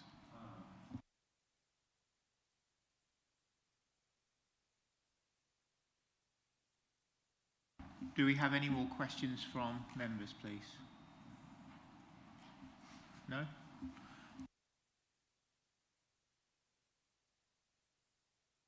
To Leslie Short, who's the agent. Mr. Short, you have 3 minutes. When you're ready, please. Thank you, Chair. Good morning, members. The development is approved for 18 dwellings total and so defined as major development, to which paragraph 65 of the framework applies. In such circumstances, i.e. that of major development, at least 10% of the dwellings should be available for affordable home ownership. 10% of the 18 number approved is 1.8 dwellings, and so rounding up to the nearest whole number, that's 2 dwellings. So if one dwelling were placed in shared ownership and the other in discount market, then at least 2 dwellings tenure of the 6 affordables due to be delivered is sorted. We've designed 3 bungalows, which you rarely get as a housing authority, for affordable rent. So of the 6 affordables proposed, the tenure of 5 of them should not be in question. With 3 number affordable rent, 1 number shared ownership, and 1 number discount market, that leaves only 1 remaining affordable dwelling to be allocated to tenure. And you might be interested to know, for your own management of such applications, this has taken 6 to 9 months to get here on this simple point. To assist, I turn to the Council's own 2019 later updated SHMA and the table which appears in your report. Of course, the requirement to reflect evidence of affordable housing need is contained in paragraphs 62 and 63 of the framework, together with Annex 2 definition of affordable housing. Where a need for affordable housing, and I quote, is identified, planning policies should specify the type of affordable housing required and expected to be met on site. That's paragraph 63.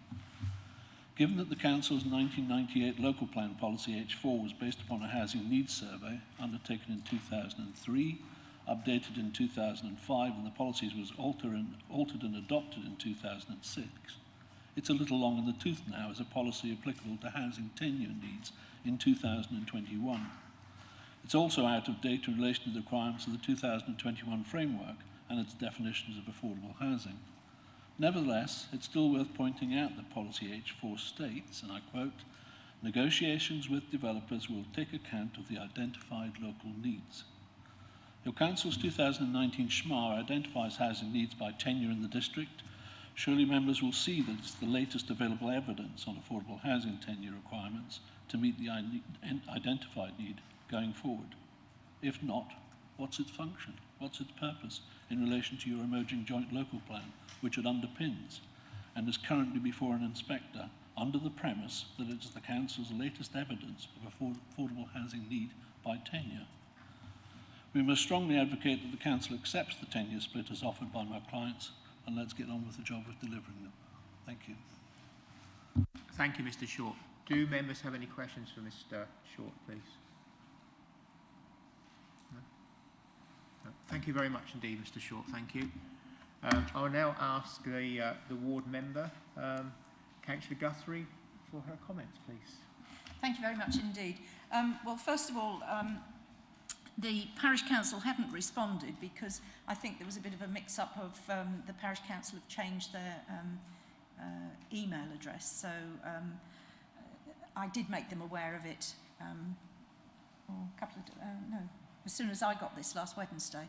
But they don't seem to have come up with any response against this, which doesn't surprise me at all. I'm sure they'd be in approval of it. I like the fact that Debenham is going to be offered everything first. I like the split myself. Just as a personal point, the shared ownership is a very useful tool for some people, but we did have an issue in Debenham some years ago now where the people couldn't sell their share because there was a restriction on it to sell it to somebody in Debenham. So I hope there isn't a restriction on the shared ownership as to who it can go back to. But I'm very supportive of this, and like you, Mr. Short, I'd like it to move forward swiftly. So I hope that the committee will be voting for it. Thank you. Councillor Guthrie. Do members have any questions for Councillor Guthrie, please? No? Then we'll move into debate. Councillor Stringer, please. Yep, thank you, Chair. I share some of the reservations of the ward member about shared ownership. I know a number of families where shared ownership has become an economic cul-de-sac for them, and with sort of ever sort of pressing needs of housing and it becoming quite an active, agile market with people's lifestyles changing quite quickly, shared ownership can be a prohibitor to people moving on. So, frankly, this is a tiny tweak, as far as I can see, to what this committee already had agreed to almost a year ago. Without any haste, I would certainly move approval on this. And actually, I would hope this could have been resolved without this getting back to committee. Thank you, Chair. Thank you, Councillor Stringer. We have a member who's voted for approval for this. Do we have a seconder, please? Councillor Warboys, thank you. We have to second this. Thank you. Do any members wish to speak to the motion? No. Okay. Could you please? Yep, I'm happy with that. It's got recommendation as page 291. Thank you, Chair. Thank you, Chair. So the vote is now showing in progress. If members could please go to their modern.gov app and go to the plus sign in the top right-hand corner, the vote will show in a light blue colour. You may have to scroll down.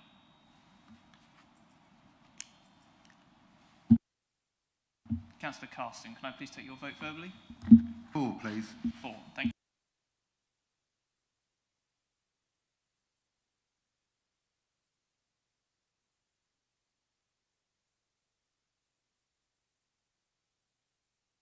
Thank you, Chair. All votes have now been received, and noting, as in the Council's planning charter, that Councillor Guthrie cannot vote as she is the ward member, that is a unanimous vote for the proposal.